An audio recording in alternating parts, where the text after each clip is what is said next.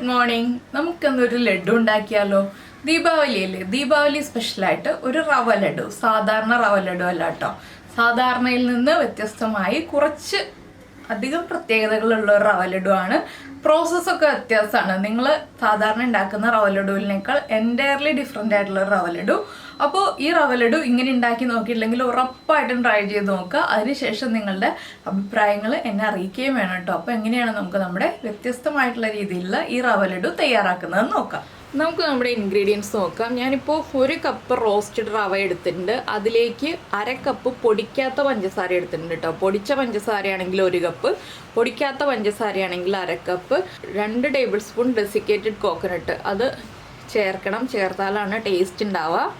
പിന്നെ നിങ്ങളുടെ ഇഷ്ടത്തിനനുസരിച്ച് കാഷ്യൂനട്ട് ചേർക്കാം, ആൽമണ്ട്സ് ചേർക്കാം, പിസ്ത ചേർക്കാം. അതൊക്കെ നമ്മുടെ ടേസ്റ്റിനനുസരിച്ച് ചേർക്കാം. ഞാനിപ്പോൾ കുറച്ച് കാഷ്യൂനട്ട്സ് മാത്രമേ എടുത്തു വെച്ചിട്ടുള്ളൂ. ഇത് എന്തായാലും നമ്മളൊന്ന് റോസ്റ്റ് ചെയ്തിട്ട് ചേർക്കുക. ഡ്രൈ റോസ്റ്റ് ചെയ്തിട്ട് ചേർക്കണം. പിന്നെ എടുത്തിരിക്കുന്നത് നെയ്യാണ്. നെയ്യ് ഒരു 3-4 ടേബിൾ സ്പൂൺ വരെ ചേർക്കാം. അതും നിങ്ങളുടെ ഇഷ്ടമാണ്. 2 ടേബിൾ സ്പൂൺ മതി എന്നുണ്ടെങ്കിൽ 2 ടേബിൾ സ്പൂൺ ചേർക്കാം. മിനിമം 2 ടേബിൾ സ്പൂൺ ചേർക്കാം. അതിൽ കൂടുതലായാലും 4 ടേബിൾ സ്പൂൺ വരെ ചേർക്കാം. പിന്നെ വേണ്ടത് 1 മുതൽ 1.5 ടീസ്പൂൺ വരെ. ഏലക്കയുടെ ഫ്ലേവർ അധികം താല്പര്യമില്ല എന്നുണ്ടെങ്കിൽ 1 ടീസ്പൂൺ മതി. ഏലക്കയുടെ ഫ്ലേവർ താല്പര്യമുണ്ടെങ്കിൽ 1.5 ടീസ്പൂൺ വരെ ഏലക്ക പഞ്ചസാര ചേർത്ത് പൊടിച്ചത് ചേർക്കാം. ആദ്യം പിന്നെ നമുക്ക് വേണ്ടത് 1/2 കപ്പ് പാലാണ്. 1/2 കപ്പ് മുതൽ 1/4 കപ്പ് വരെ വേണ്ടി വരും കേട്ടോ. നമ്മൾ എടുക്കുന്ന റവയുടെ ബ്രാൻഡ് അനുസരിച്ച് പാലിൻ്റെ അളവിൽ വ്യത്യാസം വരും. ഇളം ചൂട് പാല് 1/2 കപ്പ് മുതൽ 1/4 കപ്പ് വരെ വേണം. ഞാനിപ്പോൾ പാൽ ഇവിടെ എടുത്ത് വെച്ചിട്ടില്ല. അപ്പോൾ ഞാൻ റോസ്റ്റഡ് റവയാണ് എടുത്തിട്ടുള്ളത്. ഇനി നമുക്ക് വലിയൊരു പാത്രം എടുക്കാം. ഈ പാത്രത്തിലേക്ക് ഞാനിപ്പോൾ റവ ചേർത്ത് കൊടുക്കുകയാണ്. റവയിലേക്ക് നമുക്ക് 1 പിഞ്ച് ഉപ്പ് ചേർക്കാം കേട്ടോ. മധുരമുള്ള എന്തുണ്ടാക്കുമ്പോഴും നമ്മൾ 1 പിഞ്ച് ഉപ്പ് ചേർക്കുക. 1 പിഞ്ച് ഉപ്പ് ചേർക്കുന്നുണ്ട്. ഇതിലേക്ക് നമുക്ക് ഉപ്പൊന്ന് മിക്സ് ചെയ്തതിന് ശേഷം, ഇത് റോസ്റ്റഡ് റവ തന്നെ എടുക്കുക കേട്ടോ. റോസ്റ്റ് ചെയ്യാത്ത റവയാണെങ്കിൽ നിങ്ങളൊരു 1 മിനിറ്റ് പാനിലൊന്ന് ചൂടാക്കി എടുക്കുക. ഇനി പാലൊഴിച്ച് ഒന്ന് ചപ്പാത്തി മാവിൻ്റെ പാകത്തിൽ കുഴച്ചെടുക്കുക.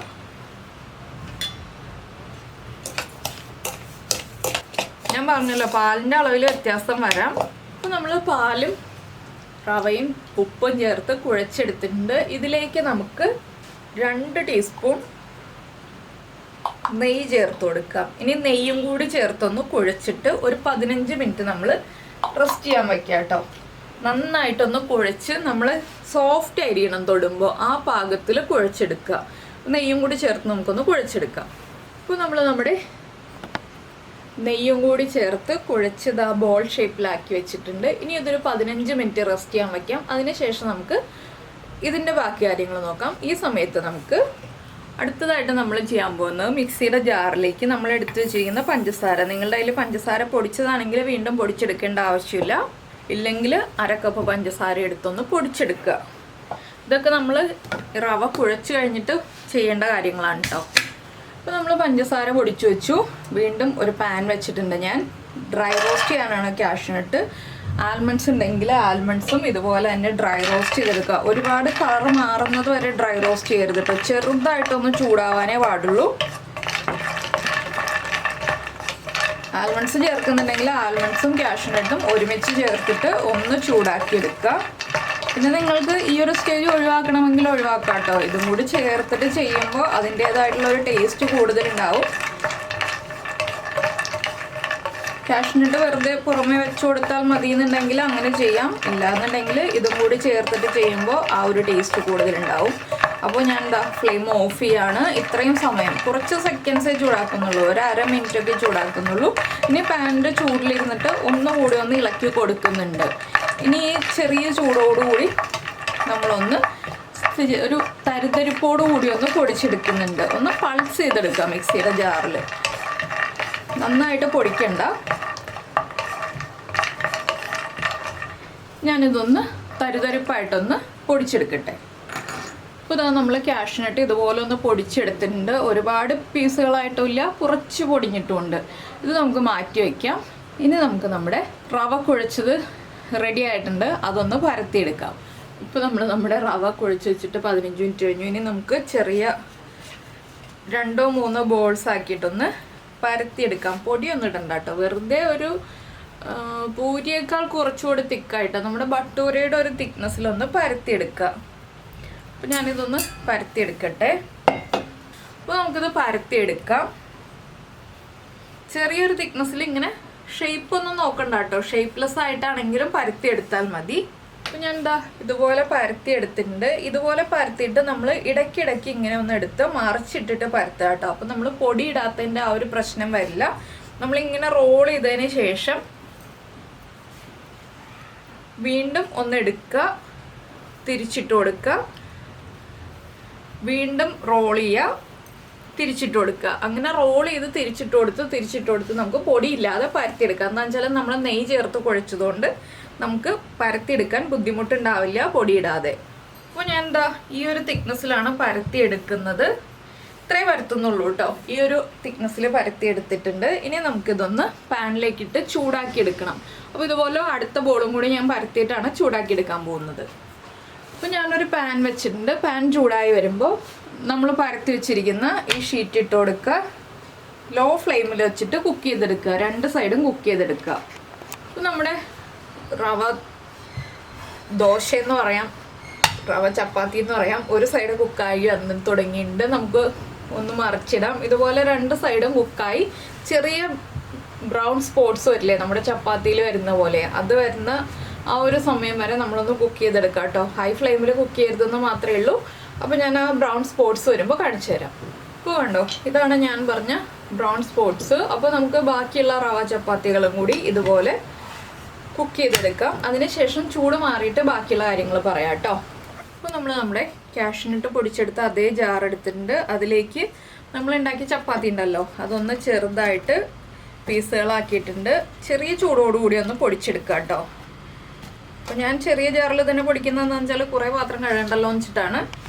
ഇനി നമുക്കിതൊന്ന് പൊടിച്ചെടുക്കാം. അപ്പോൾ നമ്മളിതാ ചെറിയ തരികളോടുകൂടി പൊടിച്ചെടുത്തിട്ടുണ്ട്. വലിയ തരികളോടെ പൊടിക്കരുത്. ഞാനപ്പോൾ കാഷ്യൂനട്ട് പൊടിച്ചതിലേക്കാണ് ഈ റവ ചപ്പാത്തി പൊടിച്ചത് ചേർക്കുന്നത്. ചെറിയ ചൂടോടെ പൊടിച്ച് ചേർക്കുന്നത് എന്താണെന്ന് വെച്ചാൽ നമ്മൾ ഇനി ചൂടാക്കില്ല കേട്ടോ ഇതൊന്നും. അപ്പോൾ ഈ ചപ്പാത്തി എല്ലാം ഞാൻ പൊടിച്ചെടുക്കട്ടെ. അപ്പോൾ നമ്മൾ ചപ്പാത്തി മുഴുവൻ പൊടിച്ചെടുത്തിട്ടുണ്ട്. ഇതിലേക്ക് നമുക്കിനി പഞ്ചസാര പൊടിച്ചത് ചേർക്കാം. പഞ്ചസാര നിങ്ങളുടെ മധുരത്തിനനുസരിച്ച് ചേർക്കാം കേട്ടോ. ഞാനിപ്പോൾ ഒരു മീഡിയം മധുരമുള്ള രീതിയിലാണ് പറഞ്ഞത്. ഇനി ഒരു 1.5 ടീസ്പൂൺ ഏലക്കപ്പൊടി, അതുപോലെ തന്നെ നമ്മൾ എടുത്തു വെച്ചിരിക്കുന്ന ഡെസിക്കേറ്റഡ് കോക്കനട്ട് 2 ടേബിൾ സ്പൂൺ.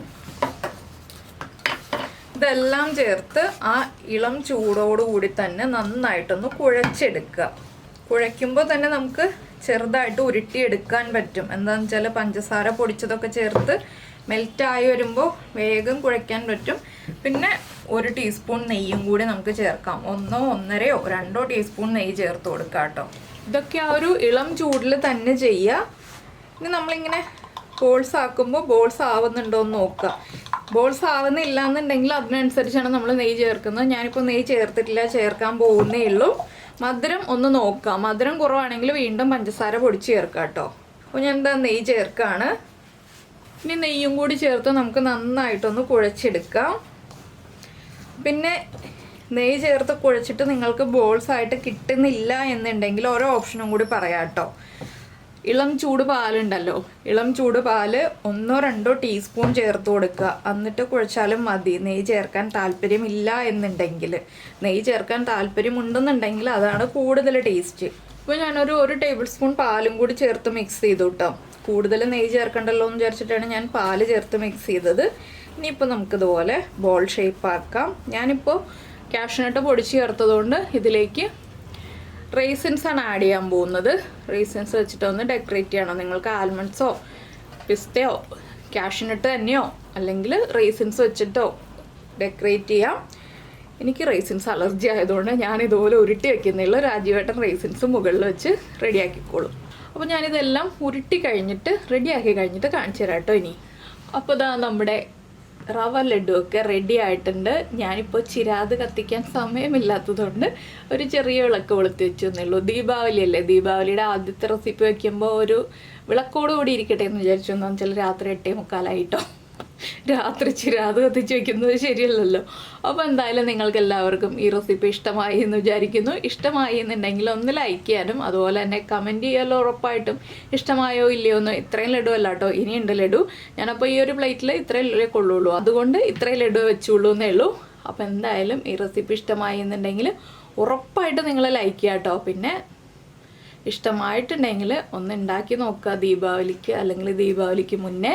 അപ്പോൾ ദീപാവലിക്ക് മുന്നേ ഉണ്ടാക്കി വെച്ചാലും മോശമായി പോകുന്ന റെസിപ്പി അല്ല. 3-4 ദിവസം നമുക്ക് റൂം ടെമ്പറേച്ചറിൽ വെക്കാം. പിന്നെ ഫ്രിഡ്ജിലെടുത്ത് വെച്ചാലും ഒരാഴ്ചയിൽ കൂടുതൽ സൂക്ഷിച്ച് വെക്കാൻ പറ്റുന്ന റെസിപ്പിയാണ്. അപ്പോൾ എല്ലാവരും ഉണ്ടാക്കി നോക്കുക.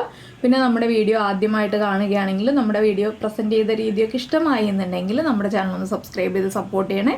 നമുക്ക് നമ്മുടെ അടുത്ത റെസിപ്പിയുമായിട്ട് അടുത്ത ദിവസം വീണ്ടും കാണാം.